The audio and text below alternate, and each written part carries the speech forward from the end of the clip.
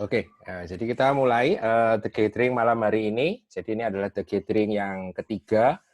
Dan kita akan membahas pada malam hari ini, saya sebut sebagai Pastor Talk, karena kami mengundang para rekan-rekan gembala untuk berbicara satu topik atau tema yang saya pikir penting ya buat kita semua, yaitu Gereja Pasca COVID-19 yang disebut sebagai The Next Church. Dan malam hari ini saya berterima kasih untuk kehadiran Pastor Daniel dari IFGF Kudus, Pastor Gembala dari GISI ya, IFGF Kudus. Terima kasih. Kemudian ada Pak Wiro Nanang, Pak Wiro atau Pak Nanang, tadi sudah diklarifikasi Pak Nanang gitu ya, Gembala dari GBI Home Palopo. Dan ada juga bergabung Pendeta Puji, Pak Puji, saya sebutnya Pak Puji, yang paling senior di antara kita, sebagai senior pastor pastoral ya di ACC Surabaya, Apostolic Community Church. Ya, begitu ya Pak Puji ya. Maaf kalau ada yang salah-salah ya. Nah, kita akan mulai saja malam hari ini langsung. Nah, saya pertama-tama akan ke Pastor Daniel dulu malam hari ini. Mungkin untuk introduksinya yang ringan-ringan dulu lah, biar nggak tegang gitu ya. Pastor mungkin bisa cerita sedikit Pastor tentang kondisi di FCF Kudus waktu pertama kali COVID-19 ini ada, kemudian ada larangan pemerintah untuk tidak beribadah bersama atau berkumpul bersama. Kira-kira Pastor bisa ceritakan suasana jemaat khususnya ya IFCF Kudus itu bagaimana suasana kebatinannya, apakah ada pro kontra atau misalnya seperti apa, dan bagaimana kemudian IFCF Kudus meresponi daripada anjuran pemerintah ini. Silakan Pastor. Ya, shalom rekan-rekan semuanya. Shalom. Senang sekali bisa malam ini bertemu dengan teman-teman semuanya, dan walaupun melalui teknologi, tapi saya percaya ini yang dipakai Tuhan untuk kita bisa saling terkoneksi satu dengan yang lain. Kira-kira bulan yang lalu, seperti yang kita tahu bersama-sama, sejak COVID-19 ini hadir khususnya di Indonesia dan mulai mewabah ke berbagai macam daerah, khususnya di Kudus, suasana jemaat pada waktu itu tentu takut gitu ya, takut dan bercampur dengan begitu banyak pertanyaan bahwa ini gereja akan bagaimana ini nantinya, apakah boleh kebaktian atau tidak. And then pada waktu itu sehingga saya minggu pertama dan minggu kedua bulan Maret kita masih kebaktian di gereja, dan kita masih yakin bahwa kita akan bisa masih kebaktian. Beberapa teman saya dari Manado, dari Jakarta telepon saya, karena di Jakarta di IFGF Jakarta sudah tidak kebaktian, di Manado juga sudah nggak kebaktian dan mulai menerapkan social distancing. Di gereja mulai nggak boleh ada salaman dan tidak. Saya pribadi masih yakin bahwa itu minggu ketiga, minggu keempat bulan Maret itu masih on schedule, masih kebaktian, masih yakin. Namun tiba-tiba di hari Senin itu semuanya berubah. Saya mengalami sebuah perubahan yang sangat signifikan bahwa hal ini memang tidak boleh dianggap remeh, enteng, dan harus disikapi dengan baik dan bijaksana. Dan di jemaat, sudah banyak yang nelpon dan bertanya kepada saya, Pastor, apakah minggu depan akan kebaktian atau tidak? Saya belum kasih jawaban sejujurnya, karena walaupun saya seorang pemimpin di gereja, tapi saya juga berkecamuk di hati sebenarnya, antara hikmat dan beriman. Yakin dengan beriman, dan melihat situasi bagi saya. Saya membangun komunikasi dengan teman-teman IFGF yang lain di Jawa Tengah, dan kebetulan teman-teman semuanya, kita juga melakukan Zoom meeting dengan IFGF Global, dan pada akhirnya kita memutuskan bahwa gereja kita akan melakukan servis secara online. Tapi sebelum kita melakukan itu, kondisi jemaat di IFGF Kudus itu sebenarnya dalam keadaan bingung, takut, mau ibadah di rumah itu mau seperti apa. karena kita sudah terbiasa ibadah di gereja dan dengan segala sesuatu yang kami sudah kerjakan selama 2 tahun ini, Pastor Gunawan tahu berbagai macam hal yang kami lakukan, dan rasa-rasanya kalau nggak ibadah di gereja itu, rasa-rasanya kita nggak kebaktian. Dan tiba-tiba kita harus change untuk beribadah di rumah masing-masing. Singkat cerita, suasana pada awal-awal bulan Maret sampai pertengahan Maret itu situasinya campur aduk, Pastor dan teman-teman. Takut, cemas, bingung, dan banyak pertanyaan gereja kita akan seperti apa nantinya. Apalagi dengan begitu banyak berita demi berita yang semakin hari itu semakin menakutkan secara manusia sebenarnya. Namun, kalau saya boleh katakan, hari-hari ini sudah terjadi perubahan yang sangat signifikan dalam kerohanian jemaat maupun dalam pelaksanaan gereja yang kami pindahkan di rumah-rumah. Saya kira untuk sementara itu, Pastor, yang terjadi di Kota Kudus. Apalagi sebenarnya pertengahan bulan Maret itu Kota Kudus masih zona hijau. Belum sama sekali ada yang ODP, PDP, apalagi yang positif. Tapi sekarang justru Kota Kudus sudah zona merah. Sudah ada 4 apa 6 yang positif dan ada 2 yang meninggal. Ada sahabat saya pendeta meninggal juga di Kota Kudus. Gitu. Jadi situasinya semakin menakutkan sebenarnya, tapi justru gereja kami semakin bisa menghadapi situasi itu karena ada hal-hal yang memang kami kerjakan untuk menolong jemaat untuk bisa menghadapi ini dengan baik. Saya kira itu dulu, Pastor. Oke, kita langsung aja, Pastor. Nah, sekarang dengan sudah berapa ya? Mungkin 3 kali atau 4 kali ini tidak bertemu ya. Maksudnya berarti IFGF melakukan secara online juga ya, Pastor? Ya, kita melakukan online service. Oke. Online, dan saya pikir kan ada berdampak ya, pasti ada dampak secara banyak hal lah, psikologis, dalam banyak hal kepada gereja, kepada pelayanan, kepada jemaat. Nah, sekarang menurut Pastor Daniel sendiri melihat perubahan-perubahan yang terjadi ini, kira-kira apa, Pastor, yang bisa mungkin kita jadikan pelajaran begitu untuk ke depannya seperti apa? Baik, teman-teman, ini hal yang saya juga pernah kemarin Minggu saya sampaikan kepada Pastor Gunawan ketika mengajak saya untuk gabung di meeting ini. Ada 2 hal, teman-teman, yang mungkin yang saya temukan, yang saya dapatkan, dan tentu akan menjadi sesuatu yang akan kami kerjakan di IFGF Kudus secara khususnya. Hal yang pertama, banyak orang yang bertanya bahwa ini krisis ini akan bawa kita kemana sebenarnya. Namun justru saya mengatakan hal yang pertama, krisis ini harusnya membentuk sesuatu yang baru dalam kerohanian kita secara pribadi. Itu yang pertama. Yang kedua, saya masuk ke gereja setelah COVID-19. Dengan pelaksanaan ibadah online dan saya melayani jemaat by online, saya jadi memahami sesuatu bahwa menurut saya Tuhan sedang mengerjakan sesuatu di hari-hari ini bagi saya pribadi dan bagi jemaat di IFGF Kudus, dan juga mungkin secara umum bagi semua orang-orang percaya bahwa hari-hari ini kita terlalu sibuk dan ada banyak hati mungkin yang sedang jauh dari Tuhan. Ada banyak hati yang jauh dari rumah. Ada banyak hati yang sedang jauh dari satu titik di mana kita bisa berbagi dengan orang lain. Yang saya maksudkan adalah hari-hari ini Tuhan seperti sedang membelokkan hati kita untuk kembali ke Tuhan. Pak Daniel. Ya. Ya, silakan, Pak. Ya. Jadi saya sangat mendapatkan kekuatan yang luar biasa untuk mengatakan ini bahwa Tuhan sedang membelokkan semua hati kita ya untuk betul-betul melekat kepada Tuhan, siapapun dia. Mau dia pendeta, mau dia aktivis, mau dia jemaat. Saya sangat merasa bahwa Tuhan sedang membawa kita untuk hati kita itu betul-betul kembali ke Tuhan. Yang kedua, hati kita kembali kepada rumah-rumah keluarga kita masing-masing. Dan saya merasakan bahwa di 1 bulan terakhir ini, khususnya di jemaat yang saya layani, di rumah-rumah mereka itu seperti terjadi sebuah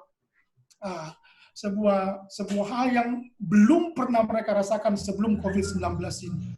Karena jarang sekali bapak-bapak itu memimpin ibadah di rumah-rumah masing-masing.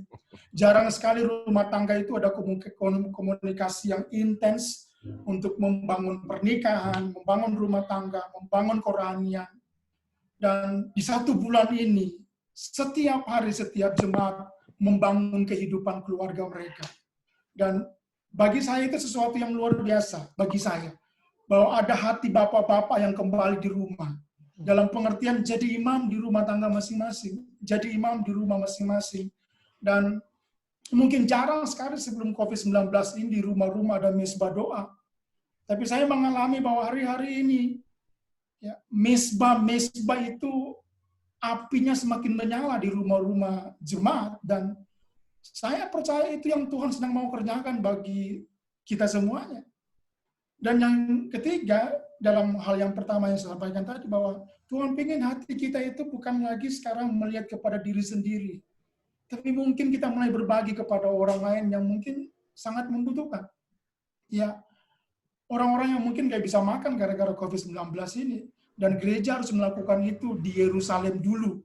Saya melakukan itu. Saya mulai mendata jemaat-jemaat yang kena dampak dari COVID-19 ini, dan dengan berbagai macam usaha bagaimana saya dan gereja menolong mereka.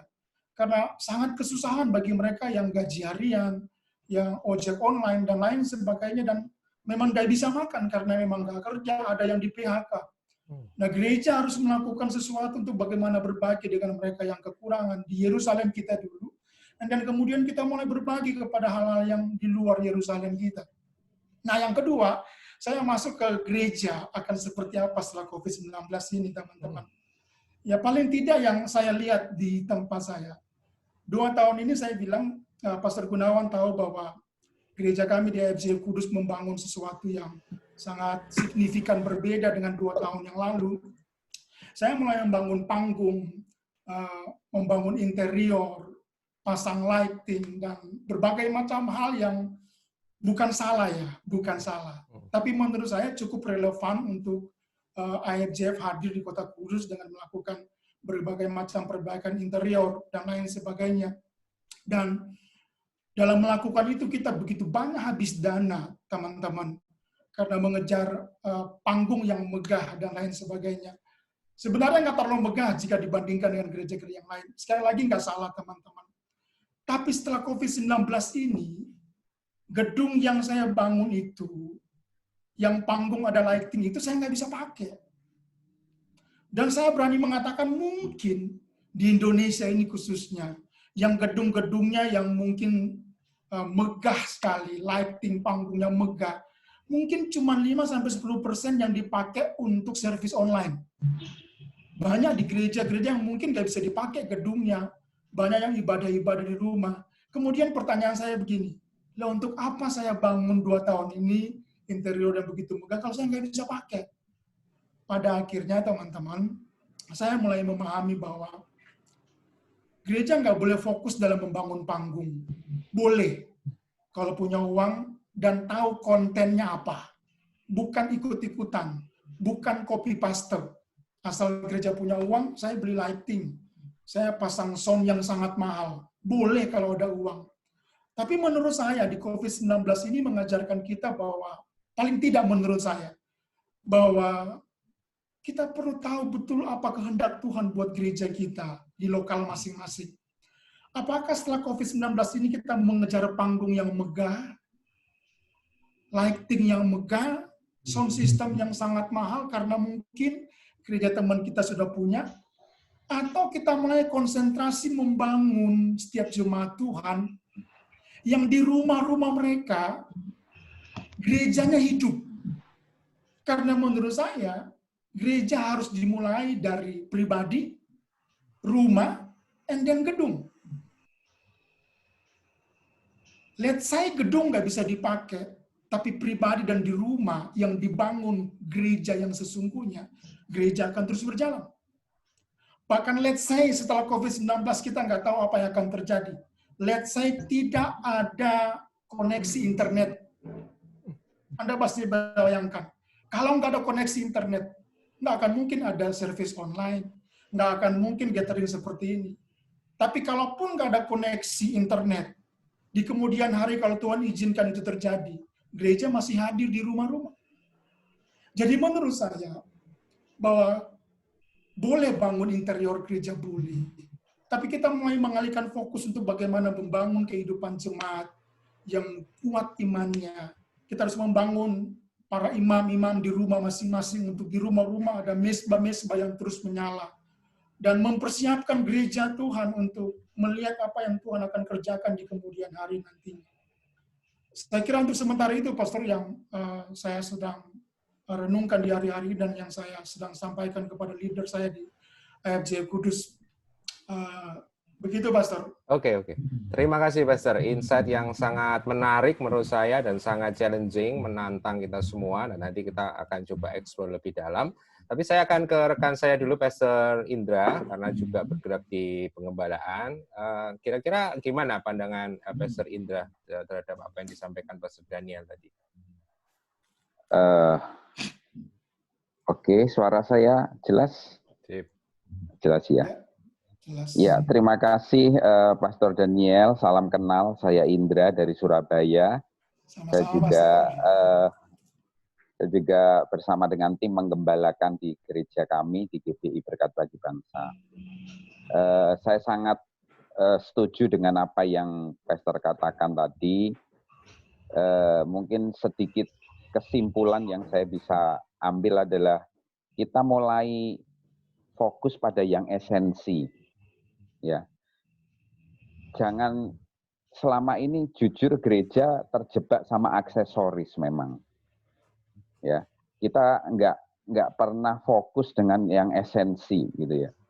Kita selalu seringkali terjebak kepada perkara-perkara yang aksesoris, yang cuma nampak di luar dan ikut-ikutan dan lain sebagainya. Sebenarnya masing-masing gereja punya panggilan-panggilan yang khusus, saya percaya.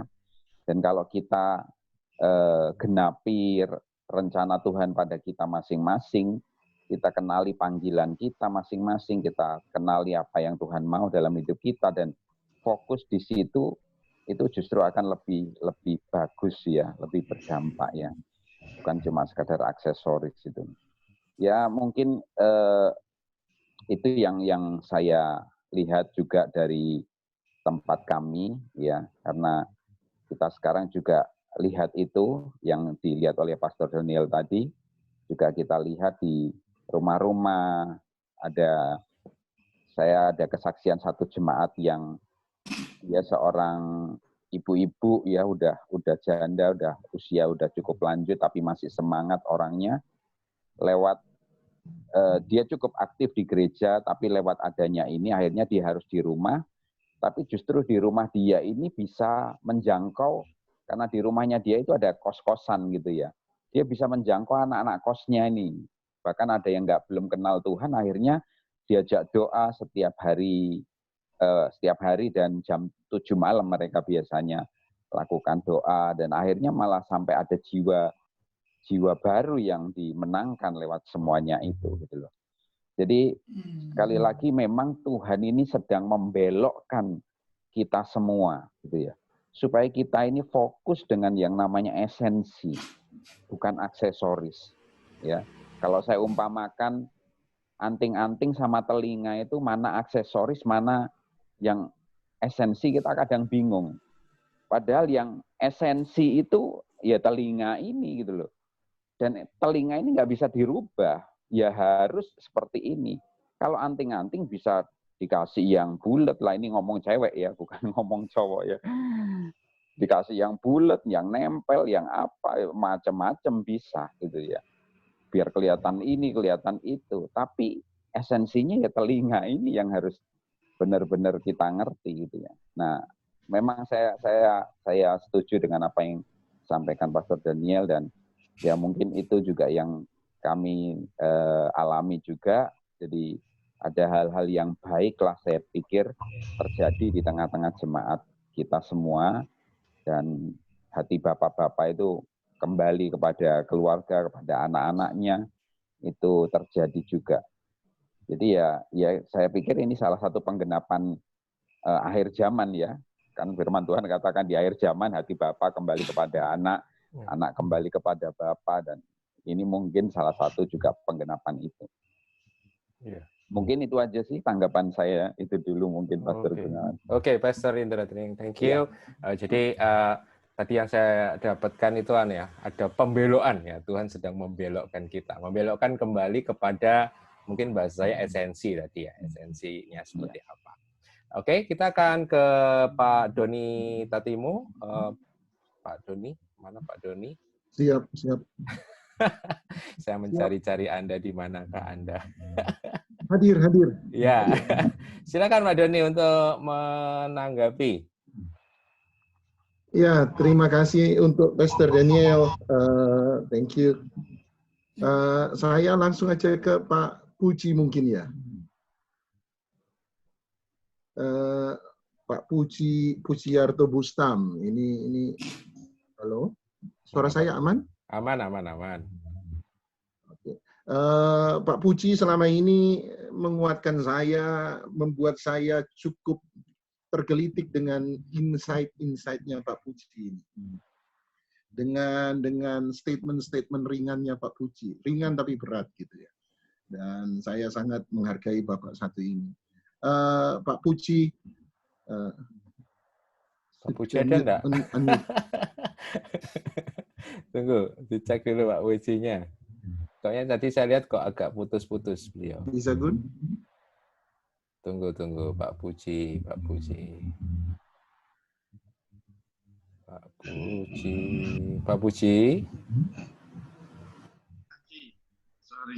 Ya Pak Puji, ya sudah Ko Doni. Silakan. Sudah Ko Doni?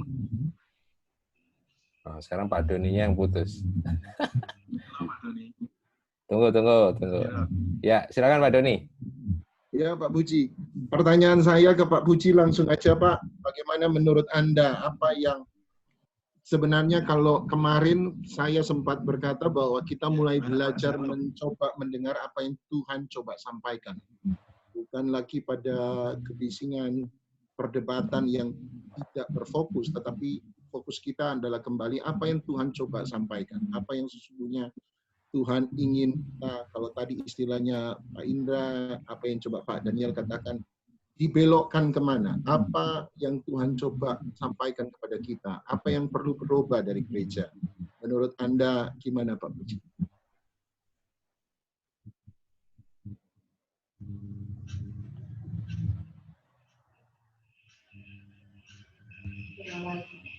Hilang ya Pak Pujinya. Tapi pasti belum rapture ini Pak Puji ya. Pak Pujinya enggak ketemu Pak Pujinya. Pak Pujinya kayaknya terputus koneksinya. Oke. Lompat ke Mas Nanang. Oh, kalau ya ke Pak Nanang aja dulu. Siap. Ya, siap. Ya Pak Nanang, pertanyaan yang sama Pak. Pertanyaan yang sama. Apa yang Pak Nanang pikir perlu berubah dari kita? Kalau Tuhan coba sampaikan apa yang coba dirubah, apa yang coba berubah. Kira-kira apa pandangan Pak Nanang, Pak, untuk peristiwa hari ini terutama bagi gereja, khususnya gereja di Indonesia? Silakan. Oke. Shalom semuanya. Halo. Oke. Jadi saya senang dengan kata yang disampaikan tadi. Saya menggarisbawahi kata pembelokan.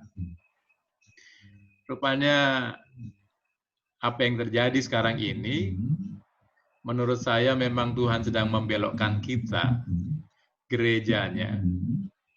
Selama ini mungkin menurut saya, pandangan saya bahwa kita terlalu sibuk dengan agenda kita masing-masing. Sibuk dengan agenda baik di gereja lokal kita, rencana ini, rencana itu, rencana ini. Tadi saya juga melihat apa yang disampaikan Pak Daniel. Pak Daniel bilang sudah persiapan gedung gereja, panggung bagus, lighting yang bagus. Tiba-tiba Tuhan belokkan, gitu kan? Rupanya saya juga setuju dengan apa yang disampaikan Pak Daniel bahwa kita mesti kembali kepada hati Tuhan. Kita kembali kepada agendanya Tuhan. Sebagai gereja kita memang mesti kembali kepada agendanya Tuhan. Kita tidak sibuk lagi dengan agenda kita masing-masing, tapi kita kembali kepada agendanya Tuhan. Apa yang Tuhan maksud tentang gereja, apa yang kemudian Tuhan mau kita sebagai gereja kerjakan. Seperti tadi bahwa saya sampaikan bahwa kita terlalu sibuk dengan agenda kita, sehingga kita lupa untuk mengerjakan apa yang harus kita kerjakan. Pastor Indra bilang bahwa esensi lebih penting daripada aksesorinya. Kan? Ternyata kita sibuk dengan aksesori, kita tidak menyentuh yang esensi. Sebab gereja memang harus diperkuat kembali, awalnya dari tempat kita, khususnya rumah masing-masing. Saya ingat bahwa 2 tahun yang lalu ketika bulan Februari, gereja di tempat kami ulang tahun, kami pakai tema Strong from Home. Jadi kekuatan dimulai dari rumah. Bukan karena nama gereja kami juga GBI Home, bukan. Saya baru menyadari ketika ya itu sudah berjalan, tapi benar-benar ngeh itu ketika peristiwa COVID ini terjadi.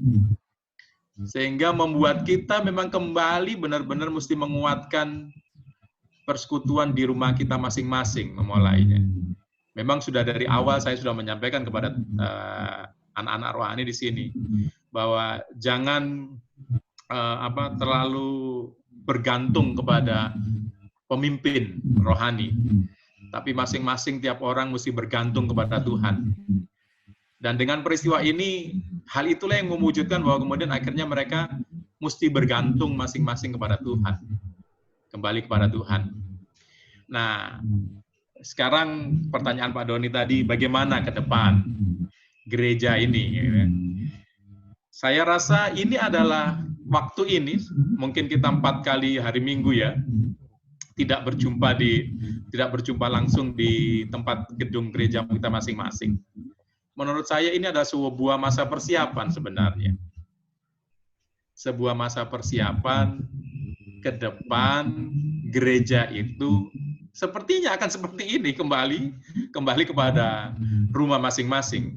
Jadi tidak akan mengejutkan. Mungkin sekarang agak mengejutkan buat banyak orang atau beberapa orang dengan kemudian tidak, karena setiap perubahan kan membuat kita tidak nyaman. Biasa kita bertatap muka, biasa berkumpul, rame-rame, tiba-tiba harus dalam kelompok kecil, ataupun kemudian via online dan semuanya, memang agak mengejutkan sedikit. Tapi ini menurut saya ada sebuah masa persiapan yang ke depan model gereja akan mungkin kurang lebih seperti sekarang ini. Sebab ke depan kan juga masanya menjadi lebih sulit. Firman Tuhan juga katakan bahwa ke depan masanya akan lebih sulit. Mungkin dalam masa aniaya pun menjadi sulit. Tapi ternyata gereja, kalau kita mengikuti sekarang ini, kita udah siap. Cara hati kita bahwa kalau sekarang ini kita udah siap, ke depan membuat kita menjadi muda. Itu Pak Doni.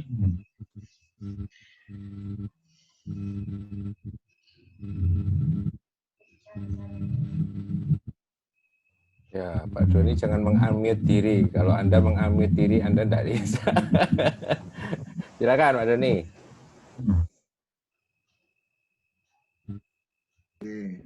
Terima kasih.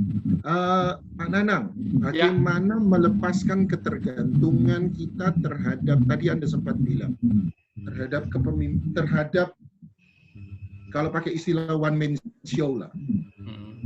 Sebab saya pikir ini menjadi sesuatu yang tidak mudah. Orang butuh satu yang jiwa baru, terutama butuh panutan, butuh arahan. Tapi di saat ini terutama tadi cerita Pak Daniel bilang sempat ada pendeta yang sakit, kemudian pendeta yang mungkin meninggal. Kekosongan terhadap kepemimpinan rohani itu kan sekarang hari ini cukup banyak. Bagaimana membuat orang itu bisa bertumbuh, mendapat asupan rohani sendiri. Istilahnya bertumbuh dalam firman ketika mungkin tidak ada, hampir tidak ada pemimpin rohani yang bisa hari ini buat ibadah, konseling tatap muka dan sebagainya. Menurut Anda bagaimana? Apa yang Anda lakukan untuk membangun, melepaskan ketergantungan terhadap satu orang, terhadap pemimpinan satu orang? Memang ada agak sulit ya untuk membuat orang terlepas dari ketergantungan. Sebab secara umum memang kita dibentuk untuk gantung kepada pemimpin. Tapi untungnya dari awal sih, sejak ya kami gereja untuk GBI POM ini 7 tahun berjalannya. Jadi sejak dari awal saya bicara sama anak-anak di komunitas tempat kami bahwa kita gereja ini saya lebih cenderung kepada pemuritan, kepada pengajaran. Jadi masing-masing orang mesti cari Tuhan. Kalau kita bertemu, berkumpul itu kita mengajar, menambahkan. Tapi memaksa orang, setiap orang, hampir tiap minggu saya selalu menyampaikan kalian mesti baca Alkitab sendiri, punya waktu berdoa sendiri. Ya memang yang agak menjadi sulit adalah ketika masih ada yang orang-orang baru. Ada orang-orang yang baru. Tapi puji Tuhan karena di dalam tempat kita seperti ini, kita adakan pemuritan, lalu waktu kemudian mereka dibaptis, saya mesti paksa mereka baca Alkitab. Ya awalnya sih memang agak buat mereka agak berat, karena yang bagian besar yang kemudian kumpul dengan kita, ada beberapa orang yang baru. Tapi kami kan sekarang bisa memonitor lewat juga WhatsApp, lewat telepon, lewat ini semuanya. Jadi kita terus mentoring mereka lewat HP kita masing-masing, Pak Don. Tapi yang penting memang kemudian kepada pengajaran, Pak Doni. Jadi saya sudah dari awal menyampaikan, saya ini tidak lebih hebat dari kalian. Kita sama-sama, cuman hanya kebetulan saja mungkin saya lahir lebih duluan, atau pernah belajar, pernah tahu duluan aja. Jadi kesempatan untuk tumbuh itu mari kita tumbuh bersama-sama. Mas Wiro, ya. Mas Nanang, di dekatnya Pak Nanang apa ada Zoom yang lain? Soalnya gema atau mantul? Enggak ya? Enggak ada, Pak. Oh, soalnya suaranya gema-gema, mantul-mantul begitu. Oh gitu? Iya. Enggak ada ya? Saya pikir ada di sampingnya Pak Nanang ada yang pakai Zoom lain gitu. Ya mungkin koneksi lah ya. Oke. Silakan Pak Doni.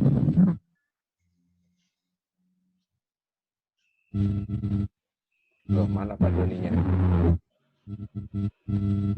Jangan di unmute Pak Doni. Iya, iya. Ada tambahan Gunawan, dari Gunawan atau Mas Indra? Pastor Indra aja. Gimana? Oke. Suara saya udah masuk ya? Masuk sih, cuma ada gema-gema ya. Nggak tahu ini dari siapa. Oh. Oke. Saya juga menyampaikan ke jemaat di tempat kami bahwa tanggung jawab kerohanian itu justru ya di saat-saat seperti ini ya, saya mengingatkan kembali kepada jemaat untuk tanggung jawab kerohanian itu jangan diletakkan kepada pendeta, jangan diletakkan kepada gereja. Tapi tanggung jawab pertumbuhan rohani itu harus masing-masing pribadi itu yang belajar dan kemudian bertumbuh gitu ya. Seringkali jemaat memang meletakkan tanggung jawab kerohanian kepada gereja, kepada hamba Tuhan. Nah, saat-saat ini sekali lagi Tuhan membelokkan gitu ya. Sehingga Tuhan menyadarkan kita semuanya, ya termasuk hamba Tuhannya, termasuk jemaatnya, termasuk aktivis semuanya, bahwa pertumbuhan kerohanian itu bukan tanggung jawab orang lain, tapi masing-masing pribadi kita harus bertanggung jawab untuk kita bertumbuh di dalam Tuhan. Nah, pendeta, hamba Tuhan, gereja, itu hanya menolong kita, memberikan mungkin masukan, memberikan dorongan untuk kita bertumbuh. Tapi masing-masing itu kita harus belajar untuk kita sendiri, harus membangun pertumbuhan kerohanian kita. Apalagi di masa-masa seperti ini, kita harus terus bangun kehidupan kerohanian kita dengan Tuhan secara pribadi lebih lagi. Ya, saya setuju dengan apa yang tadi Mas Nanang juga sampaikan itu. Dan memang kalau gereja bergerak di pemuritan itu kayaknya akan lebih siap ya untuk menghadapi masa-masa yang seperti ini. Tapi kalau gereja yang sekedar memang hanya ibadah, bahkan kalau di gereja-gereja kota besar, itu seringkali hanya gereja kayaknya penyelenggara ibadah. Ya, jadi kayak menyelenggarakan, kayak menggelar sebuah acara gitu saja, tanpa jemaat itu dimuridkan. Nah, ini yang saya pikir berbahaya, karena nanti akhirnya jemaat kalau nggak sampai istilahnya nggak mendapatkan tuntunan atau arahan dari hamba Tuhan atau pegerejanya, lama-lama jemaat yang seperti ini bisa mati kerohaniannya. Nah, justru ini sekali lagi saya pakai kata yang tadi, Tuhan membelokkan ini supaya gereja kembali kepada esensinya, yaitu pemuritan itu tadi. Ya, itu sih yang saya tangkap dan sampaikan Pak Nanang. Pak Nanang, Mas Indra, berarti apakah mungkin ada sebuah sistem yang salah dalam cara kita membangun ibadah atau gereja, sehingga jemaat bisa satu titik berpikir bahwa ya kerohanian mereka diletakkan pada pendeta itu tadi. Kalau ada sistem apa dan bagaimana kita mencoba menggantikan sistem yang salah itu? Sistem yang apa yang harus kita buat? Pemuritan yang bagaimana? Kira-kira Pak Nanang? Tentu Halo? bahwa sebenarnya belajarnya itu kan seperti tadi kita bahwa kita kembali ke rumah ya. Jadi gereja berlaku seperti keluarga di rumah, di mana orang tua kan mengajarkan kepada anak-anak, baik mengajar, terus kemudian memberikan contoh, kan gitu ya. Jadi selama ini sih buat saya tidak ada sesuatu panduan pemuritan mesti begini, pakai cara ini, pakai cara itu. Kami mengalir seperti sebuah keluarga. Sebab setiap keluarga kan punya problem masing-masing, punya kendala masing-masing, punya keunikan masing-masing. Dan kitalah sebagai kepala rumah tangga yang tahu keadaan rumah kita. Jadi sama seperti kalau kita punya anak, kita mesti mengajar mereka, mencukupkan dengan makan, memberikan kasih, memberikan perhatian kepada mereka dengan cukup, kasih sayang semuanya, supaya mereka bertumbuh. Jadi ya mungkin salah satunya kalau dulu, zaman-zaman dulu kita lahir baru, bertobat, zaman dulu masih ada yang namanya kelompok tumbuh bersama, KTB. Jadi mesti kita diajarin punya waktu untuk saat teduh sendiri, baca Alkitab sendiri, punya jam doa sendiri. Ya yang simpel-simpel itu yang kami sampaikan, kami ajarkan juga kepada anak-anak. Seperti Pak Indra juga tadi sampaikan bahwa mereka harus membangun iman mereka, tanggung jawab mereka masing-masing. Nah, itu kita sampaikan kepada mereka. Nah, mereka bertemu dengan kita itu kan kalau untuk bertanya pada sesuatu yang mereka belum paham, mereka belum jelas, lalu kita diskusi bersama-sama. Nah, gitu, Pak. Jadi, kalau tentang sistem di suatu gereja salah atau tidak, ya saya kembali saja kepada keadaan kita masing-masing bahwa kitalah yang tahu di rumah kita, kebutuhannya apa di rumah kita, apa yang harus kita kerjakan untuk di rumah kita. Dan yang penting juga kita mesti kembalikan kepada setiap kita bahwa hati yang kembali kepada Tuhan tadi, hati yang melekat kepada Tuhan, tiap pribadi memang harus bergantung penuh pada Tuhan.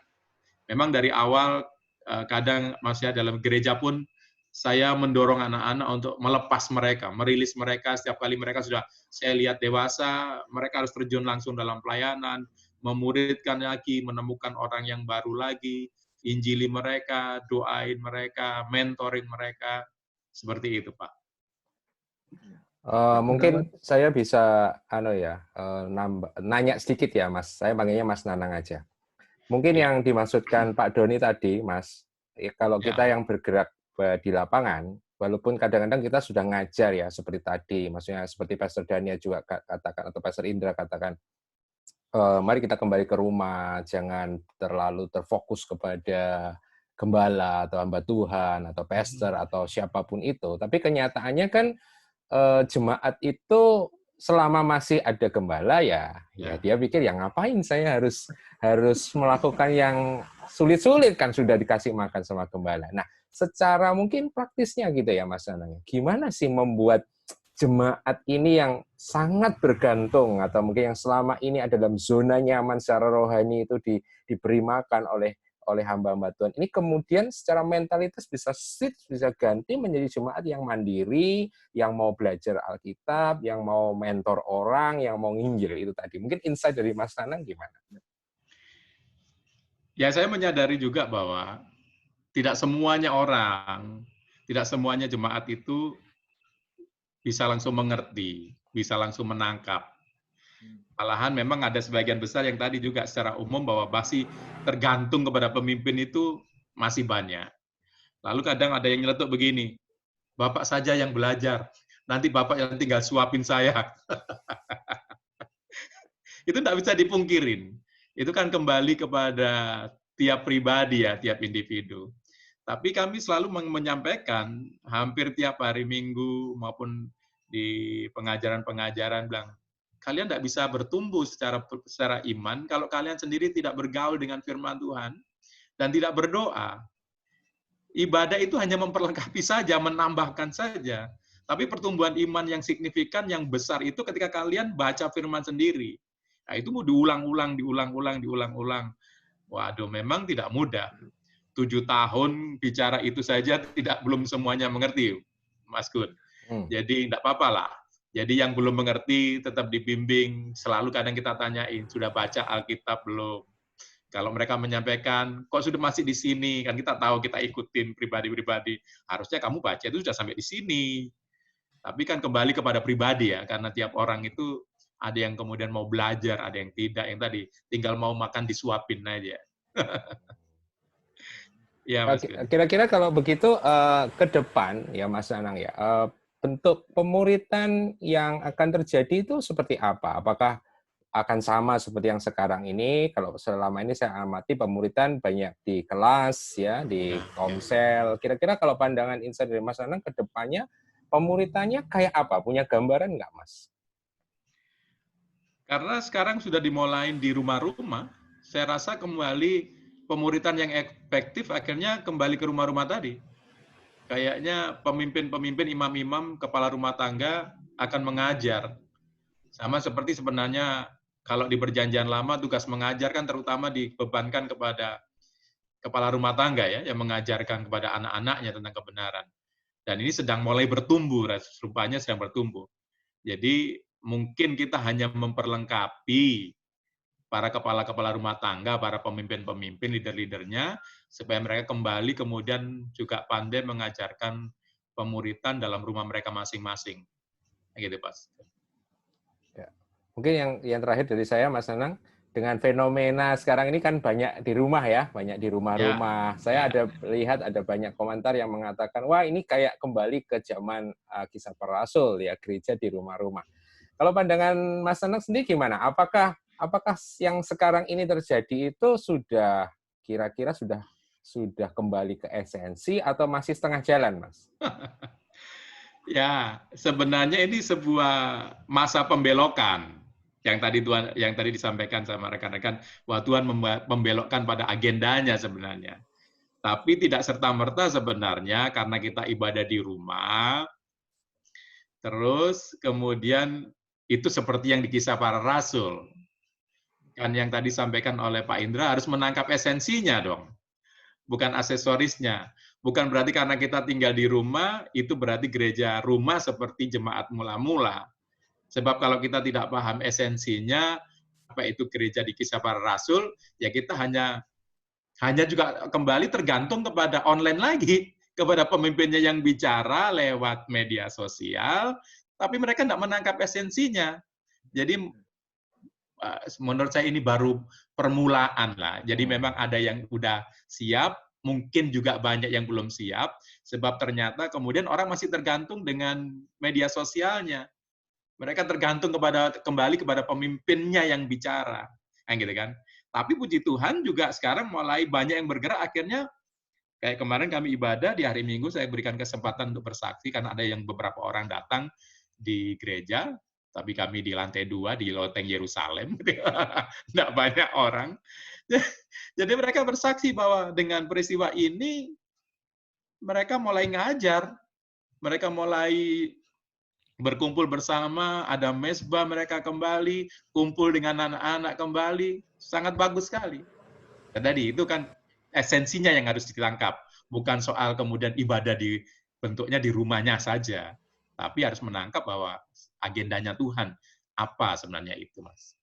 Oke, jadi mungkin saya kasih ilustrasi seperti semakin besar sesuatu, mungkin seperti truk atau kapal yang besar. Kalau tadi kita memakai kata pembelokan itu mungkin nggak bisa langsung belok gitu ya, nggak seperti sepeda bisa langsung belok gitu ya. Beloknya jadi mungkin pelan-pelan gitu. Jadi mungkin apa yang kita alami sekarang ini merupakan sebuah proses transisi menuju ke sananya gitu ya, Mas Nanang ya? Ya, betul Mas. Oke, silakan Pak Doni. Ya, terima kasih Mas Nanang. Terima kasih. Saya ke Pak Puji dulu lagi. Shalom Pak Puji.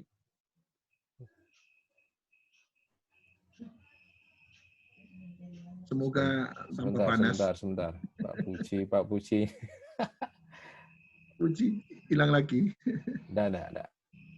Silakan Pak Puji. Baik Pak. Ya. Oh iya. Shalom Pak Puji. Iya Pak. Ya. Mau tanya Pak, sama seperti pertanyaan-pertanyaan dua narasumber yang tadi. Menurut Pak Puji, apa yang coba Tuhan sampaikan? Apakah ada pembelokan-pembelokan itu tadi, seperti istilahnya terhadap gereja, khususnya untuk gereja di Indonesia? Apa yang Tuhan coba sampaikan?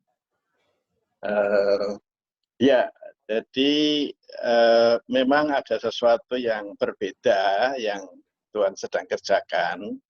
Dan saya yakin itu gereja-gereja memasuki sesuatu yang baru. Yang pertama yaitu kembali kepada rumah. Gereja kembali kepada rumah. Tetapi it's not bad, karena esensi daripada gereja adalah apabila 2 atau 3 orang berkumpul dalam nama-Aku, maka Aku ada, kata Yesus. Jadi kalau itu pembelokan terjadi atau arah bagaimana, saya rasa itu justru kembali kepada esensi daripada gereja itu sendiri. Ya, 2-3 orang berkumpul dalam nama-Aku, maka Aku ada.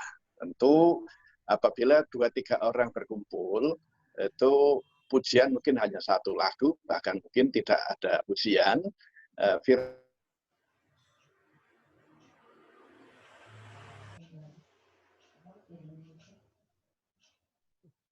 Ya, kayaknya gangguan itu Pak Doni. Ya, di Pak Puji ya. Ya.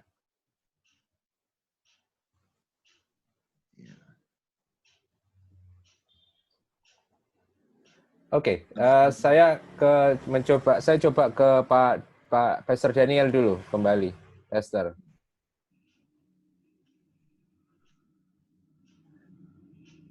Tunggu sebentar, saya unmute-nya dulu.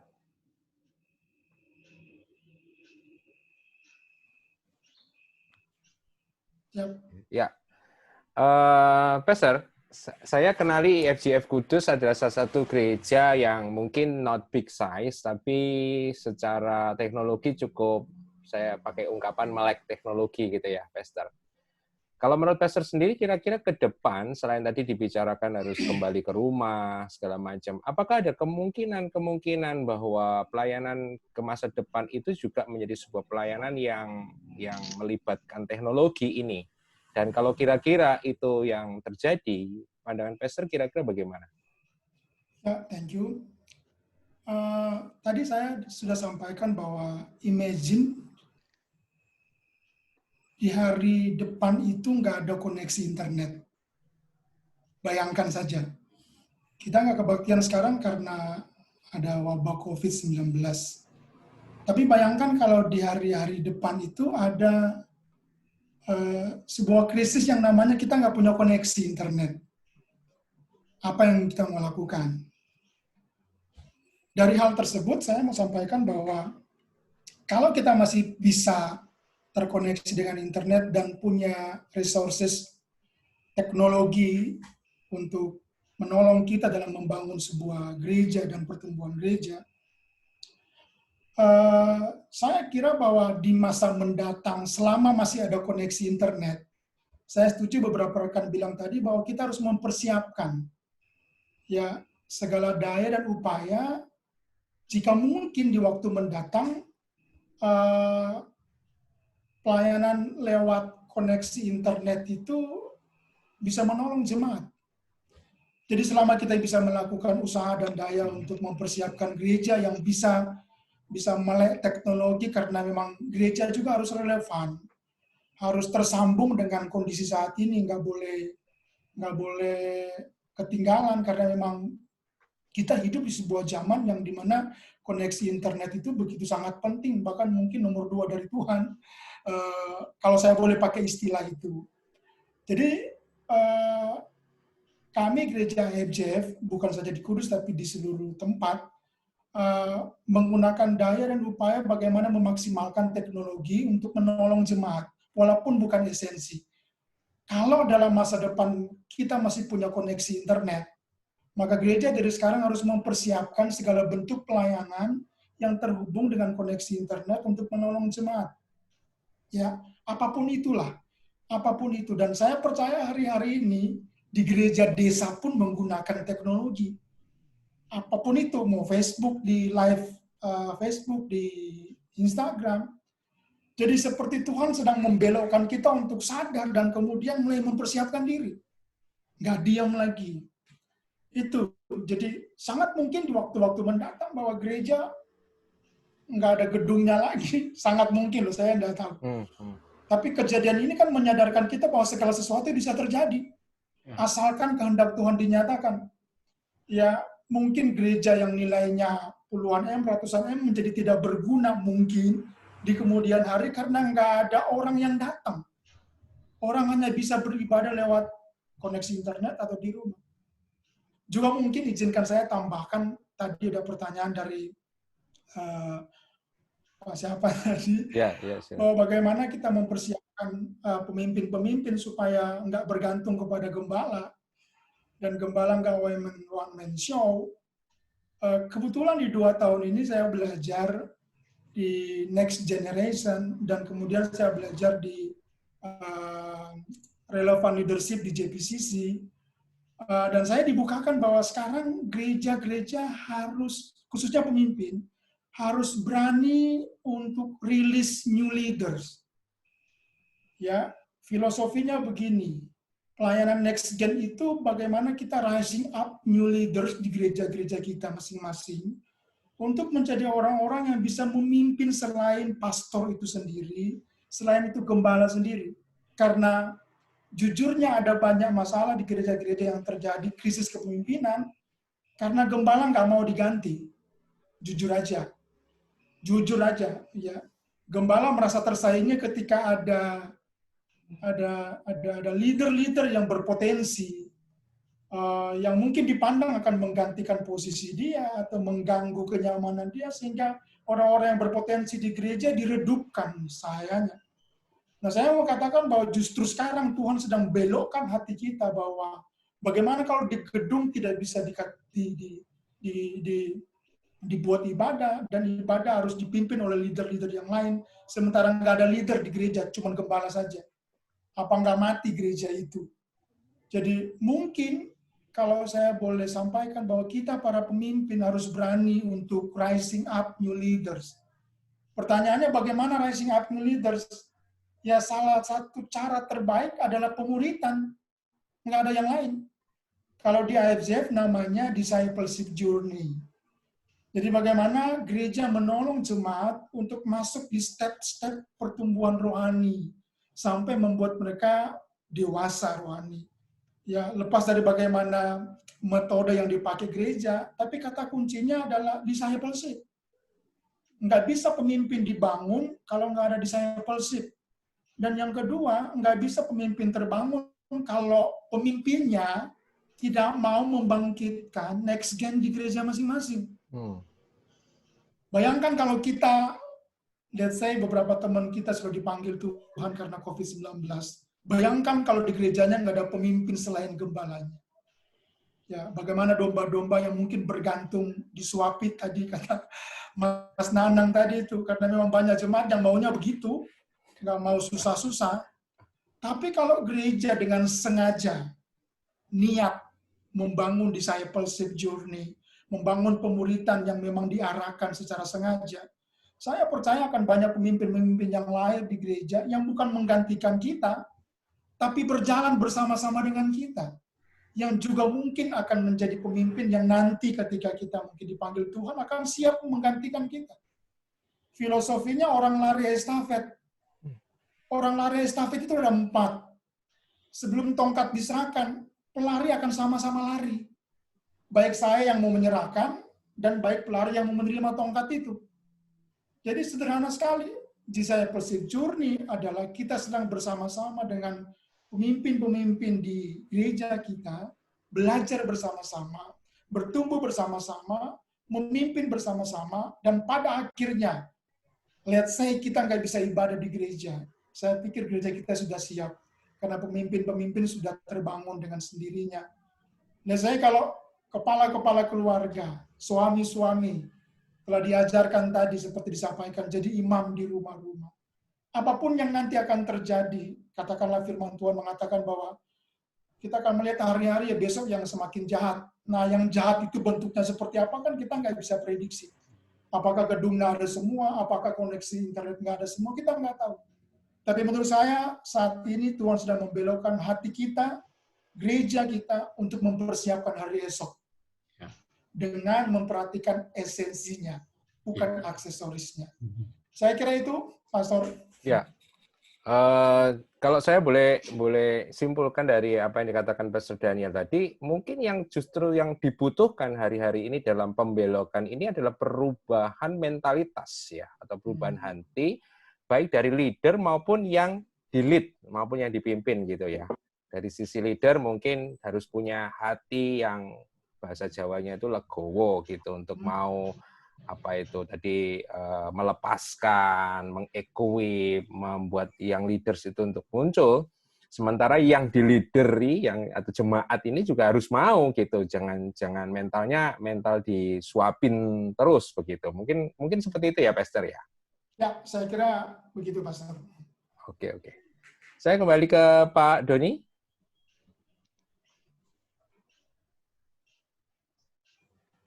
Pak Puji. Pak Puji mana aja Pak Puji? Pak Puji aja langsung. Pak Puji.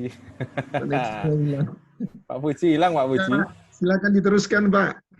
Apa yang Tuhan coba rubah, belokkan itu, Pak. Pak Puji ada ya? Tadi masih ada. Pak Puji nggak ada, Pak Doni. Pak Puji hilang dalam awan kemuliaan. Kalau ada pertanyaan, Anda boleh chat. Nanti coba ditanyakan ke narasumber. Saya setuju bahwa memang harus ada dua pihak ya. Yang satu orang yang bersedia, pemimpin yang bersedia melepaskan. Saya lihat itu banyak di Pak Nanang. Pak Nanang itu orang yang bersedia melepaskan, sampai doa berkat dilepaskan sekalian ya Pak ya.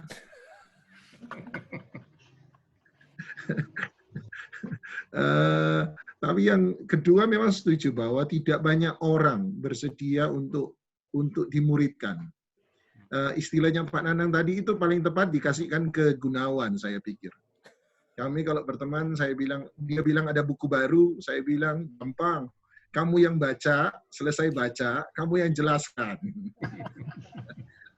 Kita nggak perlu baca, Pak.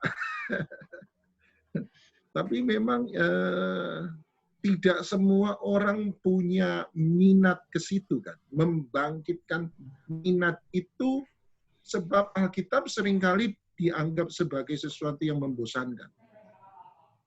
Gimana membangkitkan minat itu, Pak? Mana? Saya ya? Ya, monggo Mas. Siap. Seperti memang tadi dikatakan bahwa tidak banyak orang yang memang juga siap. Yang pertama juga sebagai leader, kadang kita juga tidak siap. Tapi kalau sebenarnya dari awal kita tahu bahwa saya sih pakai selalu prinsip yang ada dalam keluarga ya, di rumah. Jadi sebagai orang tua. Nah, yang selama ini kan karena yang dibangun itu kan hierarki. Kepemimpinan itu yang berjenjang yang begitu rupa. Sehingga apakah pemimpin yang seperti itu siap? Kalau pemimpinannya adalah kepemimpinan sebagai bapak, kita akan siap. Sebab secara natural, anak-anak kita akan menjadi besar. Dan anak-anak kalau besar kan mereka akan jadi pemimpin-pemimpin yang baru. Jadi buat saya secara pribadi, karena saya pakai prinsip seperti yang ada di rumah, dari awal kami udah siap. Memang mesti muncul orang-orang yang baru. Nah, gitu kan? Sebab Tuhan juga pasti mempercayakan banyak hal kepada orang-orang lain, kepada orang-orang yang kita bimbing.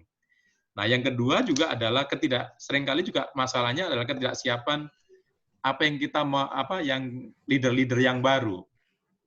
Mungkin karena secara umum orang kan melihat belajar dari lingkungan yang ada.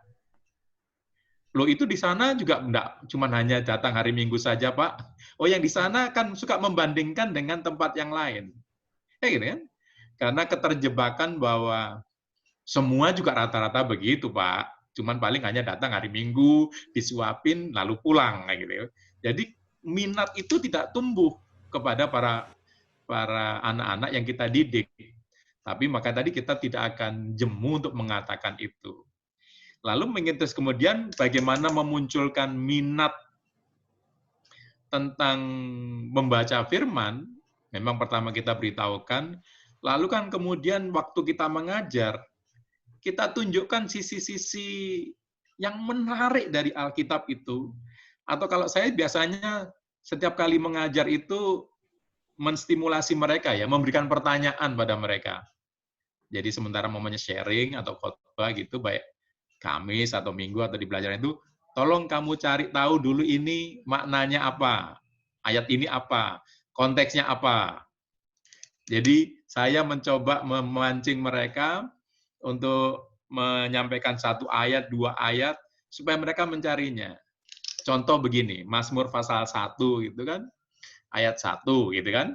Jadi sebelum hari Minggu saya khotbah, beberapa hari saya sudah sampaikan. Kenapa di situ pakai yang dikata berjalan, berdiri, dan duduk. Jangan kamu berjalan menurut nasihat orang fasik, kan gitu kan? Berjalan, berdiri, dan duduk. Kenapa tidak duduk, berdiri, dan berjalan? Jadi mereka mulai penasaran, mereka cari. Ya, mereka cari, masing-masing cari, kalau terus kemudian rame di grup, di WhatsApp, grup di tempat kami jemaat, saya senang. Saya tidak akan muncul-muncul supaya mereka semuanya muncul dulu, baru nanti hari Minggu saya menyampaikannya kepada mereka. Kan akhirnya mereka menarik. Kenapa seperti itu? Kenapa pengungkapan seperti itu? Jadi mereka akhirnya mencari sendiri, menemukan sendiri, mereka senang ketika menemukan. Dan sebenarnya kan tidak ada yang salah, gitu kan? Karena mereka menemukan menurut cara pandang mereka. Tinggal kemudian kita memperlengkapinya saja. Begitu Pak Don, yang saya biasa pakai kalau untuk supaya mereka tertarik dengan firman Tuhan. Pak Gun, Mas Indra. Ya, saya teringat apa yang dulu pernah kita belajar ya. Saya sama Mas Nanang dulu sempat satu perguruan. Mungkin hari-hari ini yang untuk mempercepat atau memperhalus proses pembelokan tadi, pembelokan Tuhan tadi adalah 3 re ya, yang dulu sering kita didengungkan ya, kalau nggak salah dari Wolfgang Simpson ya, pernah berbicara tentang 3 re atau saya lupa. Bahwa yang pertama yang harus kita lakukan adalah redefinisi. Kita harus memberikan pemahaman ulang tentang everything, tentang segala sesuatu yang kita kerjakan hari-hari ini. Mulai dari apa itu pelayanan, apa itu pembapaan, apa itu pemuritan, apa itu gereja, apa itu penyembahan. Dan kemudian adalah repositioning. Memposisikan ulang diri kita semua, terutama leader-leader ini ya, yang mungkin karunianya guru ya jadilah guru, yang karunianya nabi ya jadilah nabi, yang gembala ya jadilah gembala sesuai dengan apa yang dikatakan Alkitab. Baru yang ketiga adalah restructuring, bagaimana menstruktur ulang semua apa yang ada di dalam gereja kita hari-hari ini, atau metode atau strategi yang kita kerjakan hari-hari ini. Saya kok teringat 3 re itu Pak Doni. 3 re tersebut. Mas Indra mungkin ada tambahan. Sebentar, Mas Indra. Silakan, Pastor. Oke. Ya. Oh, kayaknya internetnya Pastor Indra ini yang. Atau headsetnya Pak Indra? Sebentar. Nah, ini ada pertanyaan buat Pak Nanang. Oke. Ada pertanyaan buat Pak Nanang. Saya mute dulu ya, Pastor Indra. Ya, oke. Ya. Pak Nanang, ada pertanyaan. Yang namanya domba kan harus tergantung sama gembala.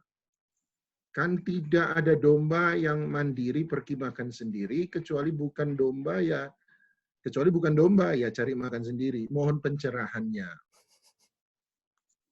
Domba kan cari makan dituntun gembala, Pak Nanang. Ya,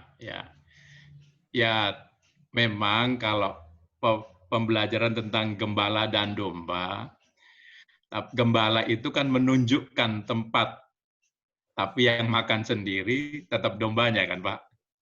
Yang merumput itu tetap dombanya. Gembalanya mengarahkan, membawa ke tempat yang padang rumput yang hijau, kepada air yang tenang. Tapi kemudian proses daripada makan itu masing-masing domba makannya, tidak disuapin. Nah, sama seperti sebenarnya di gereja juga kan kita juga tetap akan menyediakan dalam pengajaran-pengajaran kebenaran-kebenaran firman Tuhan yang selalu fresh buat mereka.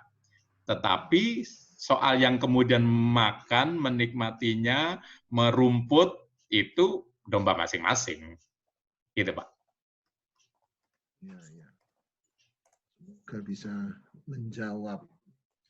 Ya, bukan hanya ada gembala dan domba, tapi juga ada guru dan murid juga. Ya, setuju. Jadi bukan hanya pada satu perumpamaan, tetapi melihat pada perumpamaan-perumpamaan yang lain. Mas Indra sudah bisa? Bisa. Oke. Ini jelas suara Jelas, saya? Pak. Nah, ini bagus. Sip. Sip. Mungkin headset saya tadi. Iya, headsetnya Anda. Oke, mengenai makan-memakan tadi. Ya, saya pikir sih memang ini kan kita ini di shock terapi ya.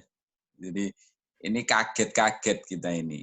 Jadi selama ini baik gereja, jemaat itu nggak siap dengan kondisi yang kayak gini. Tapi tiba-tiba ada seperti ini dalam jangka waktu yang sangat cepat dan semuanya berubah, semuanya tadi kita pakai istilah bersama dibelokkan tadi.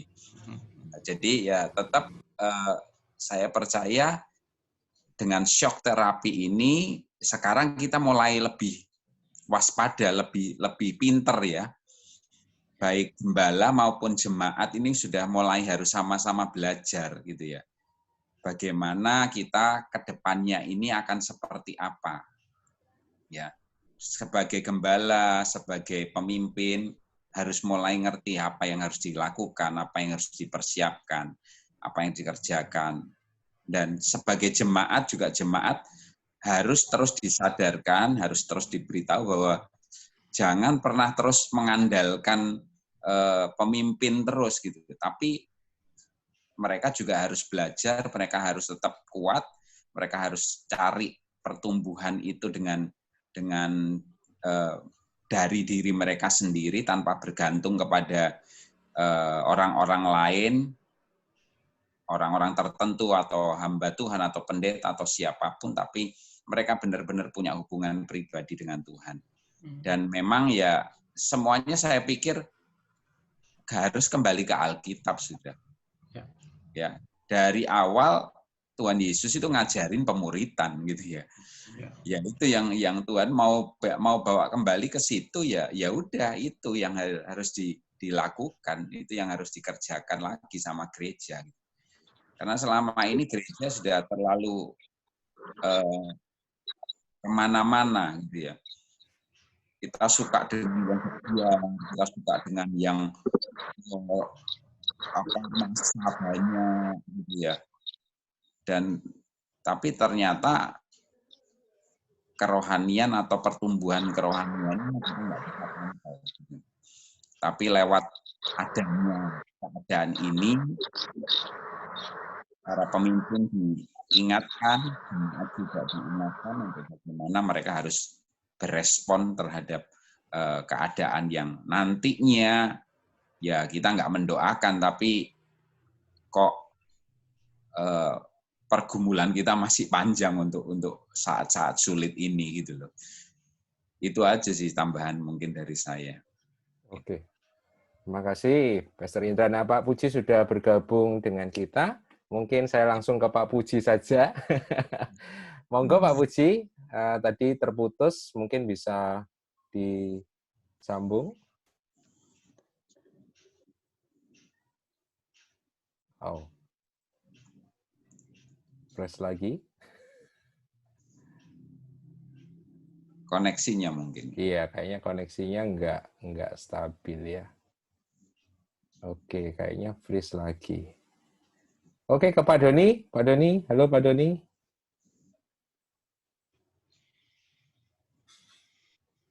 Pak Doni ini nakal, sudah dibilang jangan. Bukan, sering keluar koneksi juga di saya jelek.